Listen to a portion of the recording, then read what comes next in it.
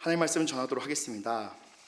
오늘 하나님 말씀은 밤바다 바라보며 기다리네 라는 제목으로 하나님 말씀 전하도록 하겠습니다. 우리는 지금 태신자를 마음속에 품고 전도하는 중에 있습니다. 한번 우리 성도님들께 여쭤보겠습니다. 전도하는 것이 쉽습니까? 전도하는 것은 누구도 빈말로라도 쉽다고 말할 수 없습니다. 길거리에 나가서 노방전도하는 것 쉽나요?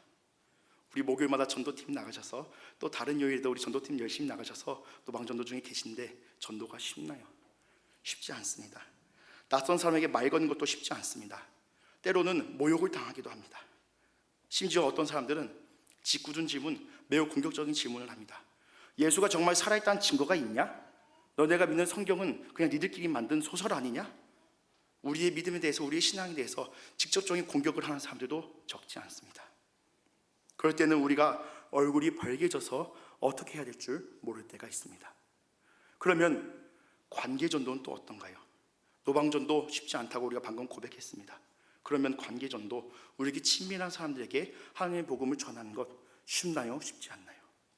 어쩌면 노방전도보다 더 어려운 것이 이 관계전도가 아닌가. 친밀한 사람일수록 나의 삶의 모습을 더욱더 잘 알고 있습니다. 아니, 제 김계동이, 제 윤유한이 어렸을 때 이렇게 살던 얘인데, 청년 때 이렇게 살던 얘인데, 그런 애가 나보고 예수를 믿으라고 한다고?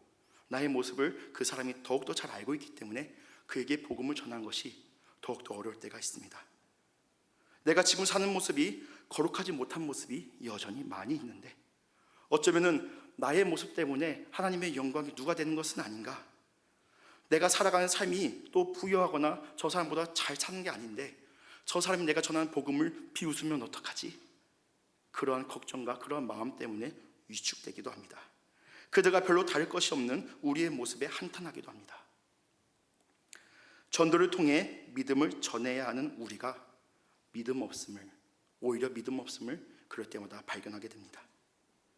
자, 우리가 왜 전도를 힘들어하는지 방금 잠시 나누어 봤습니다. 이제 원인이 파악되었습니다. 왜 우리가 전도가 어려운가? 하나님을 믿는 믿음이 부족하기 때문이다. 하나님을 향한 확실한 믿음이 없기 때문에 전도가 어렵다.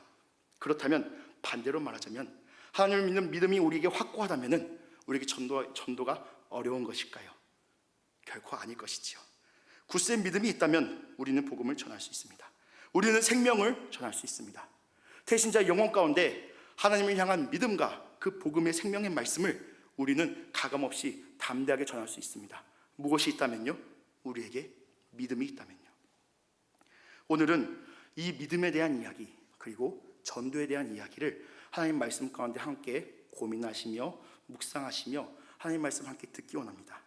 그리고 이 가운데 성령 하나님께서 여기 있는 저와 그리고 우리 여러분들, 그리고 우리 베들레헴 교회 온 성도가 믿음 가운데 굳건하게 서기를 예수님 이름으로 축복합니다.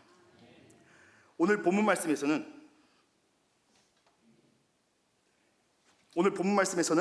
하나님께서 홍해를 가르치는 장면이 등장합니다. 우리가 매우 어린 시절부터 동화 이야기 같이 들어왔던 하나님께서 홍해를 가르치고 이스라엘 백성들이 지나게 하셨던 이 놀라운 믿음의 사건을 우리는 다시 한번 묵상해 보기 원합니다. 우리가 혹시 이 말씀에서 놓치고 있는 것은 무엇인가? 이 이스라엘 백성들은, 이 홍해 바다 앞에 서 있는 이 이스라엘 백성들은 400년이 넘는 시간 동안 이집트 땅에서 노예 생활을 하던 사람들이었습니다. 400년이란 시간, 결코 짧은 시간이 아닙니다. 이들은 이 시간 속에서 자신의 이름도 잊어버렸을 것입니다. 자신의 문화도 잊어버렸을 것입니다. 자신의 정체성도, 심지어는 하나님에 대한 이름, 하나님에 대한 예배조차 희미해졌을 것입니다. 나는 누구인가? 나는 왜 살아가는가? 나는 누구를 위해, 나는 무엇을 예배하며 살아가는가? 그렇다면 하나님께서 이 이스라엘 백성들을 구원하신 이유가 출애굽, 그러니까 이집트로부터 탈출시켜 주신 이유가 단순히 아이고 우리 이스라엘 백성들 맨날 채찍맞고 맨날 노역하고 이런 모습이 불쌍해서 하나님께서 과연 구해주신 것인가?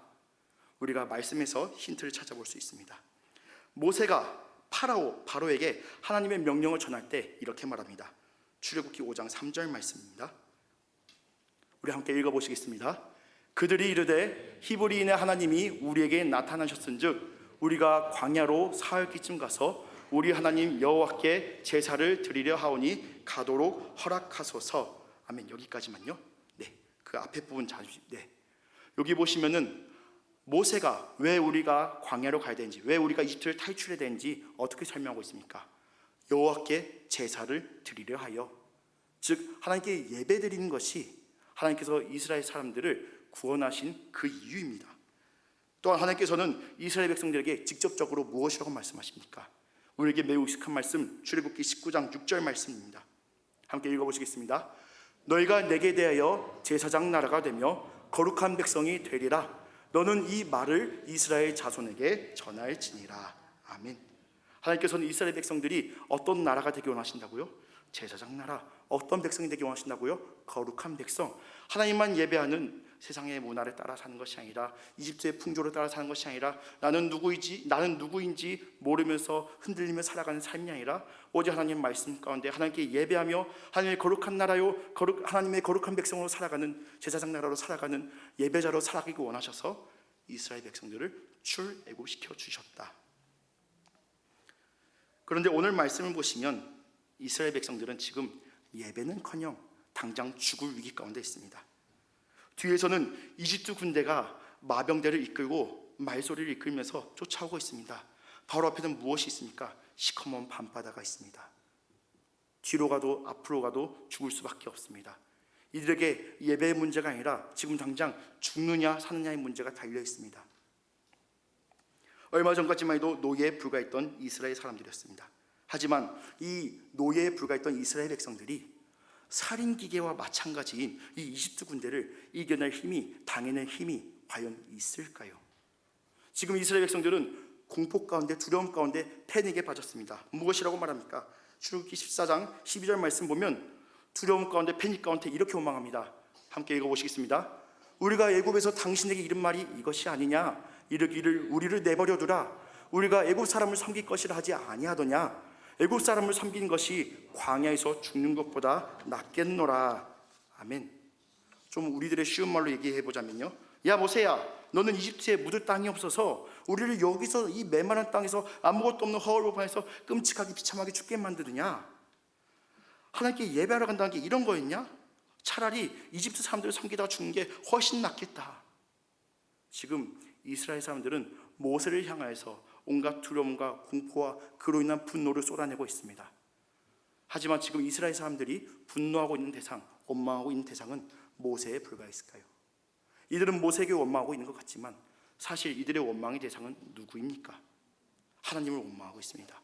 하나님께 예배한 것이 이겁니까? 하나님께서 나를 이렇게 만들려고 날 여기까지 이끌어내서 이렇게 비참하게 죽음을 당하게 만드십니까?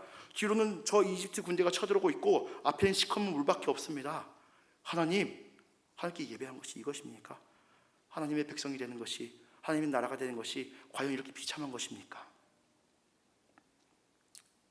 이게 비단 이스라엘 백성들의 모습입니까? 단순히 원망하고 있는 모습이 이스라엘 백성들만의 문제입니까?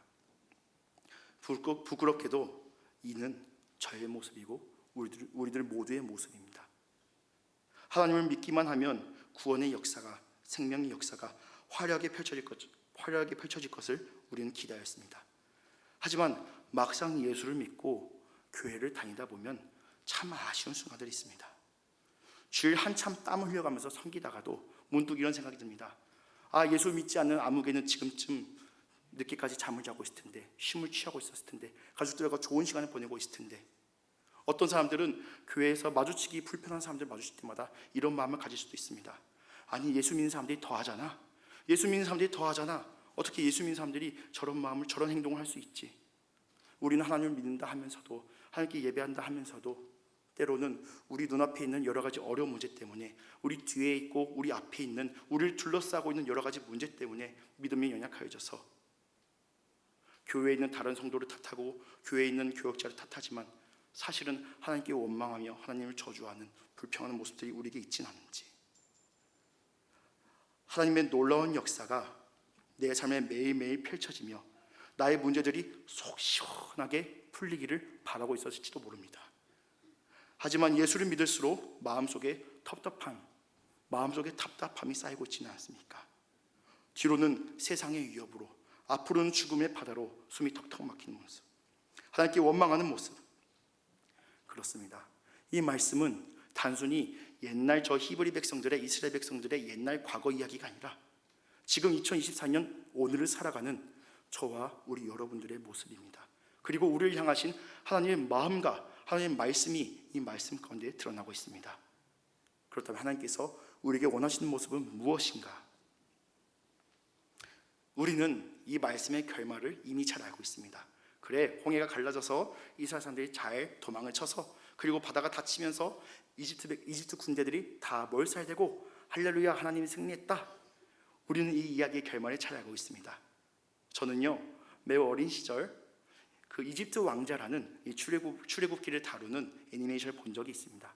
거기를 보면은 홍해가 갈라진 장면은 이렇게 묘사하고 있습니다. 모세가 하나님의 지팡이 들고 멋있게 팔을 쫙 펴니다. 그러면은 넘실대고 있던 시커먼 바다가 멋있게 확 펼쳐지면서 길이 나타납니다. 이스라엘 백성들은 환호성과 기쁨 가운데 하나님께 찬양하면서 그 바다를 지나가고 이집트 군대들은 당황해서 어쩔 줄 몰라 하는 것.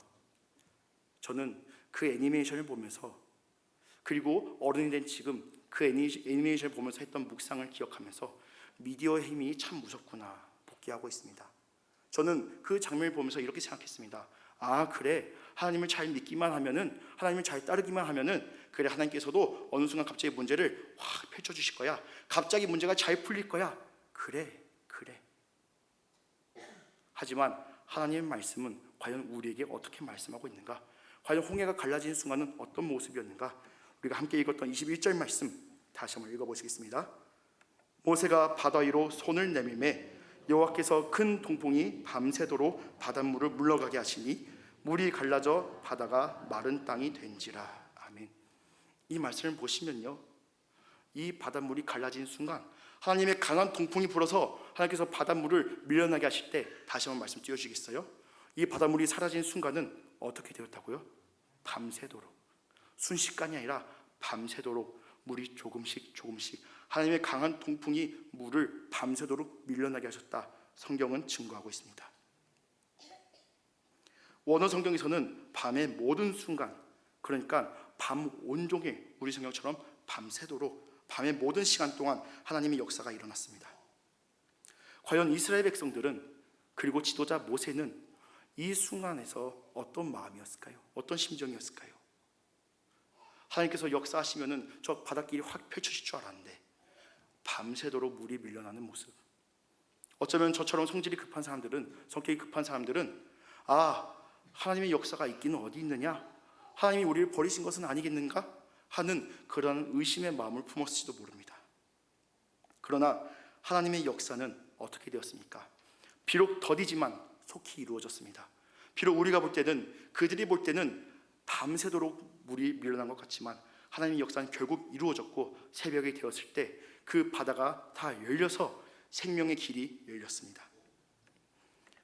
비록 우리 눈에는 더디지만 그 누구도 해낼 수 없는 일, 저 시커먼 바닷물을 밀려나게 하는 일, 그리고 생명의 길을 여는 일. 방금 전까지만 해도 이스라엘 백성들을 삼킬 것 같이 넘치던 바다가 어떻게 되었는지 말씀 22절 말씀 제가 읽어드리겠습니다. 이스라엘 자손이 바다 가운데를 육지로 걸어가고 물은 그들의 좌우에 벽이 되니. 아멘. 방금 전까지만 해도 나를 삼키려고 했던 저 무서운 바다가, 저 시커먼 바다가 무엇이 되었다고요? 좌우의 벽이 되어서 오히려 그들을 보호하는 방패가 되었습니다. 나를 힘들게 했던 문제가, 나를 어렵게 했던 문제가, 나를 넘어지게 했던 문제가, 심지어 하나님을 향한 믿음을 희미하게 만들었던 그 문제가 오히려 나를 보호하게 되었습니다. 나에게 생명의 길이 되었습니다. 하나님을 만나면은 우리의 모든 문제가 어떻게 됩니까? 믿음의 고백으로 변하게 됩니다. 누구를 만나면요? 하나님을 만나면 우리의 모든 문제가, 지금 우리 이 순간을 힘들게 만드는, 지금도 어쩌면은 우리 마음 한켠에서 고민하게 만드는 어려운 문제들이 하나님 만난 순간 믿음의 고백으로 변한 줄 믿습니다. 또한 이것이 믿지 않는 사람들, 그리고 우리 마음속에 품고 있는 태신자들에게 귀한 믿음의 고백이 될 줄 믿습니다. 다른 것이 간증이 아니라 믿음이 없던 내가, 하나님 믿지 못하던 내가 하나님을 믿어서 내가 모든 것을 담대하게 승리할 수 있게 되었다. 이것이 가장 귀한 간증이 아니고 무엇이겠습니까? 이어서 말씀 묵상해 보겠습니다. 23절 말씀 같이 한번 읽어보시겠습니다. 애굽 사람들과 바로의 말들, 병거들과 그 마병들이 다 그들의 뒤를 추격하여 바다 가운데로 들어오는지라. 아멘. 하나님의 은혜 가운데 바닷길이 열렸습니다. 그리고 그 바다가 벽이 되어서 하나님께서 보호하시는 안전한 피난처가 되었습니다. 하지만 이스라엘 사람들을 집어삼키려고 했던 저 무서운 사람들, 저 이집트 사람들의 추격은 끝날 줄 모릅니다. 그 당시 이집트보다 뛰어난 기동력과 뛰어난 살상력을 가진 군대는 별로 없었습니다. 심지어 이스라엘 사람들도요, 이스라엘 백성들도 이 마병대를 조직할 때까지 솔로몬이 되어서야 마병대가 조직될 정도로 이 마병대, 말과 병거와 그리고 이 전차들은요 정말로 뛰어난 기술들이었습니다. 그리고 이 기술들은요 이집트가 그 당시 주변 나라들을 석권하는데, 주변 족속들을 무너뜨리는데 큰 역할을 하였습니다. 그들은 파로의 마병대는 이집트의 자부심이자 다른 족속들에게는 두려운 것 그 자체였습니다. 이들은 자신들이 자랑하는 힘을 가지고 하나님의 역사가 벌어진 지금 그 자리, 물이 갈라지고 생명의 길이 열리고 하나님께서 그 백성들을 보호하시는 하나님의 존전 가운데 자신의 힘을 의지하며 자신의 마병대를 의지하며 자신의 능력을 가지고 하나님의 존전 가운데 나아갔습니다. 세상 그 누구도 두려워 떠는 그 마병대가 하나님의 존전 가운데 나갔을 때 무슨 일이 벌어졌는가? 24절 말씀 제가 읽어드리겠습니다. 새벽에 여호와께서 불과 구름 기둥 가운데서 애국 군대를 보시고 애국 군대를 어지럽게 하시며. 아멘. 새벽에 여호와께서 불과 구름 기둥 가운데서 하나님께서 내려보시며. 불과 구름 기둥이 무엇입니까? 본래 용도는 하나님께서 이스라엘 백성들이 그 광야 가운데서 길을 잃지 않도록 인도하시는 역할이 불과 구름 기둥의 역할이었습니다. 또한 불과 구름 기둥은 무엇의 상징이었습니까? 하나님께서 이스라엘 백성들과 함께 하신다, 내가 너희와 항상 동행한다, 이 증거가 불과 구름 기둥이었습니다. 그런데 지금 불과 구름 기둥이 어떤 역할을 하고 있습니까? 사선을 넘나들면서 어떠한 위협에도 흔들리지 않는 이 잔혹하고 끔찍한 이집트의 군대들이, 어떤 것에도 흔들리지 않는 정신무장된 이집트 군대들이 하나님의 불과 구름 기둥 가운데 정신이 어지럽혀져서 혼돈스러워하며 이들의 모든 군사훈련과 그들의 모든 체계가 무너져버린 모습을 우리는 말씀을 통해서 볼 수 있습니다. 25절 말씀 이어서 보시겠습니다. 그들의 병거 바퀴를 벗겨서 달리기가 어렵게 하시니 애굽 사람들이 이르되 이스라엘 앞에서 우리가 도망하자, 여호와가 그들을 위하여 싸워 애굽 사람들을 치는도다. 아멘. 어떤 전쟁에서도 도망치지 않았고 어떤 전쟁에서도 항상 승리하여 돌아왔던, 오히려 그 족속들을 자신들의 포로로 전리품을 가득하게 돌아왔던 그들의 마병대가 하나님 앞에서 두려워 떨고 있습니다. 우리가 당장 도망하자, 우리가 당장 도망하자. 저들의 하나님 여호와께서, 저들의 주 되신 하나님께서 우리를 죽이려고 하신다. 우리가 당장 도망가자. 이들은 자신들이 의지했던 말과 기병과 마병대를 가지고 도망을 치려고 하는데 하나님께서 어떻게 역사하십니까? 그들의 바퀴를 벗겨버리십니다. 그들이 의지했던 힘, 세상 그 누구도 그들을 이기지 못했던 그 힘, 최첨단의 기술과 최첨단의 지혜와 그들이 가지고 있던 모든 자부심이 하나님의 역사 가운데 벗겨져 버립니다. 무너져 버립니다. 이들이 의지했던 그것은요 도망치지 못하게 만들어 버립니다. 단순히 무력해질 뿐만 아니라 바퀴가 엉기면서, 그 바닥에 엉기면서 도망치지 못하게 만드는, 결국 그들은 하나님의 놀라운 역사 가운데 그 홍해 바닷물 가운데 잠기게 되어버리는 역사가 오늘 말씀 가운데 벌어지게 됩니다. 이것이 바로 복음의 양면성입니다. 복음의 양면성, 하나님의 인도하심과 하나님의 함께하심이 우리에게는 복음입니다. 우리에게는 생명입니다. 우리의 힘이고 우리가 이 세상을 살아갈 수 있는 강력한 힘입니다. 비록 작아 보이지만, 연약해 보이지만, 미련해 보이지만 성경에서는 이렇게 전하고 있습니다. 고린도전서 1장 18절 말씀 함께 읽어보시겠습니다. 십자가의 도가 멸망하는 자들에게는 미련한 것이요 구원을 받는 우리에게는 하나님의 능력이라. 아멘. 십자가의 도, 하나님의 말씀, 하나님의 복음, 우리가 믿는 그 복음이 하나님 믿지 못한 자들에게는 미련한 것입니다. 하지만 하나님을 믿는 우리에게는 이 세상 어떠한 것도 두려워하지 않고 담대하게 맞서 싸울 수 있는 가장 강력한 힘인 줄 믿습니다. 가령 죽음의 문제는 어떻습니까? 세상 많은 사람들은요, 자신의 지혜를 자랑합니다. 자신이 가진 재물과 자신이 가진 명예와 모든 것들을 꽉 붙잡고 그것들을 의지합니다. 하지만 죽음의 문제 앞에서 그들이 가지고 있는 그들의 마병대와 같은 그들의 자부심, 그들의 재물과 지혜와 그들이 가진 모든 것들, 죽음 앞에서 무슨 의미가 있습니까? 어떤 이는 죽음에 대해서 아예 논하길 꺼려합니다. 재수없어, 그런 얘기 하지 마. 어떤 사람들은 죽음에 대해서 당당한 척합니다. 나 죽음 따위 무섭지 않아. 어차피 사람은 한 번 살다가 그냥 가는 거지. 죽음에 대해서 의연한 척하지만 정작 죽음 앞에 맞서게 됐을 때 그 누구도 죽음 앞에서 당당할 수 없습니다. 평생을 의지하던 지식과 명예와 재물, 인간관계 이런 것들이 죽음의 두려움에서 자유롭게 해줍니까? 어떤 사람들은 너무도 지혜롭고 지식이 많습니다. 얕은 철학들을 많이 가지고 있습니다. 그러나 그 얕은 철학들이 죽음을 이기는 데 도움을 줍니까?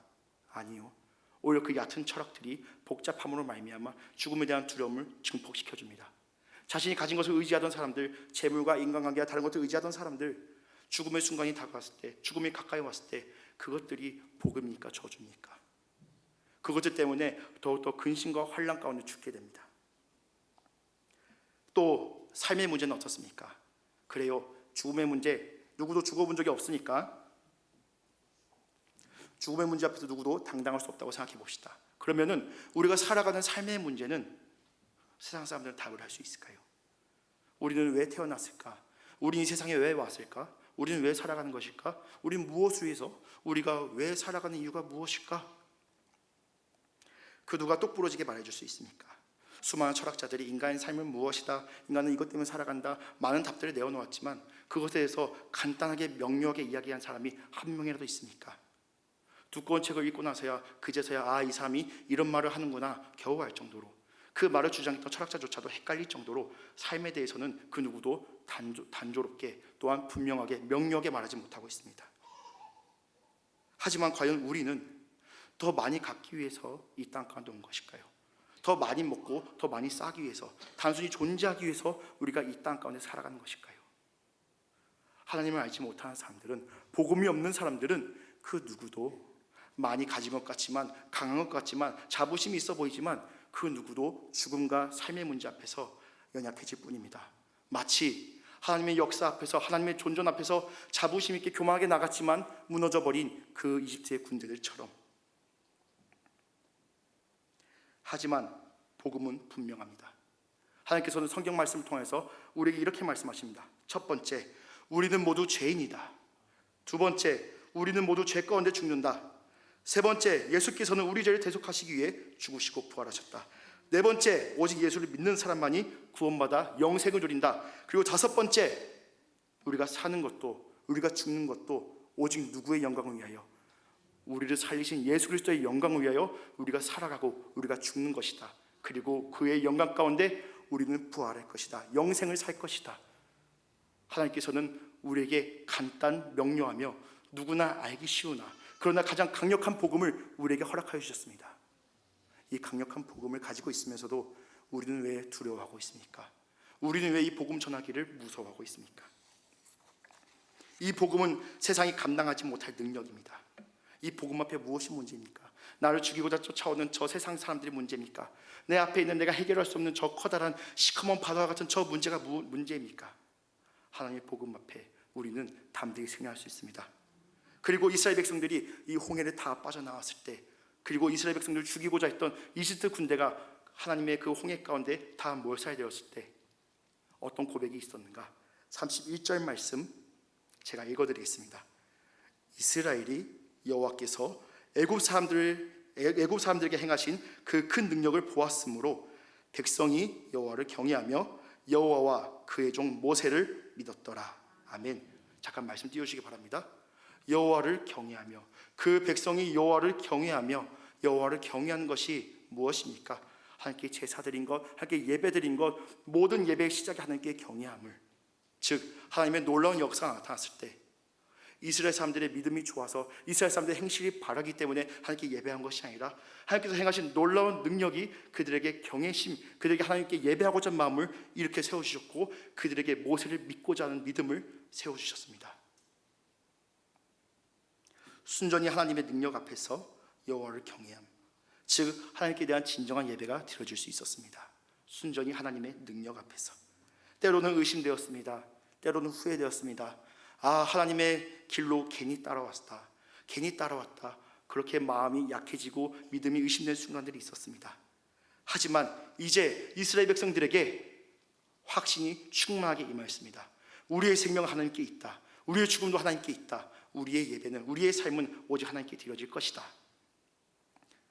사랑하는 성도님들, 무엇이 우리가 전도한 것을 두렵게 만듭니까? 왜 우리가 전도를 주저하게 만듭니까? 예수를 알지 못하는 저 사람들의 담대한 모습이요, 저 사람들의 당당한 모습이요, 나의 작은 모습이요, 나의 연약한 모습이요, 나의 부족한 모습이요, 그것 때문에 내가 위축되어서 전도를 하지 못하고 있습니까? 저 사람들의 당당한 모습 때문에 내가 두려워서 저들에게 전도를 하지 못하고 있습니까? 그러나 오늘 말씀을 다시 기억해 보시기 바랍니다. 하나님께서 밤새도록, 그러나 강한 바람으로 그 바닷물을 점점점 밀려나게 하셔서 그 길 가운데 생명의 길을 마련하시고 그들을 보호하신 것처럼 우리 눈에는 더딜지라도 분명 역사하실 줄 믿습니다. 우리가 전도하고자 하는 누군가의 마음이 저 시커먼 밤바다 같습니까? 굳게 닫혀서 열릴 것 같지 않고, 저 사람에게는 복음의 씨앗도 먹히지 않을 것 같아. 야, 복음 얘기, 예수 얘기 이름도 꺼내지 마. 내가 너랑 사이좋게 지내는 건 좋은데 네가 예수 얘기했기 때문에 내가 넌덜머리가 난다. 야, 이런 사람들에게 우리는 복음을 어떻게 전해야 할까? 그 10년 가운데서도 밤바다를 몰아내신 강력한 바다처럼, 강력한 바람처럼 성령 하나님의 역사가 그들의 마음을 찔러 쪼개실 줄 믿습니다. 하나님께서 그들의 마음을 열어주시고 그들의 마음 가운데, 그들의 심령 가운데 복음이 들어가게 하실 줄 믿습니다. 그들의 심령에도 하나님의 복음이 들어가서, 하나님의 믿음이 들어가서 그들 또한 우리와 함께 생명의 길을 걷고, 그들이 의지하였던 모든 교만과 그들이 가지고 있던, 그들이 자부심을 가지고 있던 다른 어떠한 것들이 하나님의 그 바다 가운데, 홍해 가운데 모두 몰살이 되며 모두 가라앉으며 우리도 그들도 함께 하나님께 예배하며 나아가는 귀한 역사인 줄 믿습니다. 사랑하는 성도님들,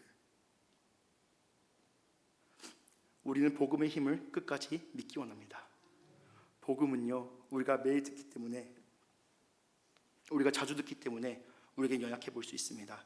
우리에게는 아무것도 아닌 것처럼 보일 수 있습니다. 하지만 하나님을 모르는 사람들에게 복음은, 하나님의 말씀은 새로운 것입니다. 강력한 것입니다. 그들의 삶을 완전히 뒤바꿔 놓는 것입니다. 우리가 믿는 복음을 담대하게 전하시기 원합니다. 우리를 살리신 복음은 간단하고 명료하지만 강력합니다. 나의 연약한 모습 때문에 위축되지 마시고, 그들의 당당한 모습 때문에 두려워하지 마시고, 우리를 살리신 복음이 그들 또한 살릴 줄 믿습니다. 그 믿음 가운데 함께 찬양하고 고백하시기 원합니다. 보라, 너희는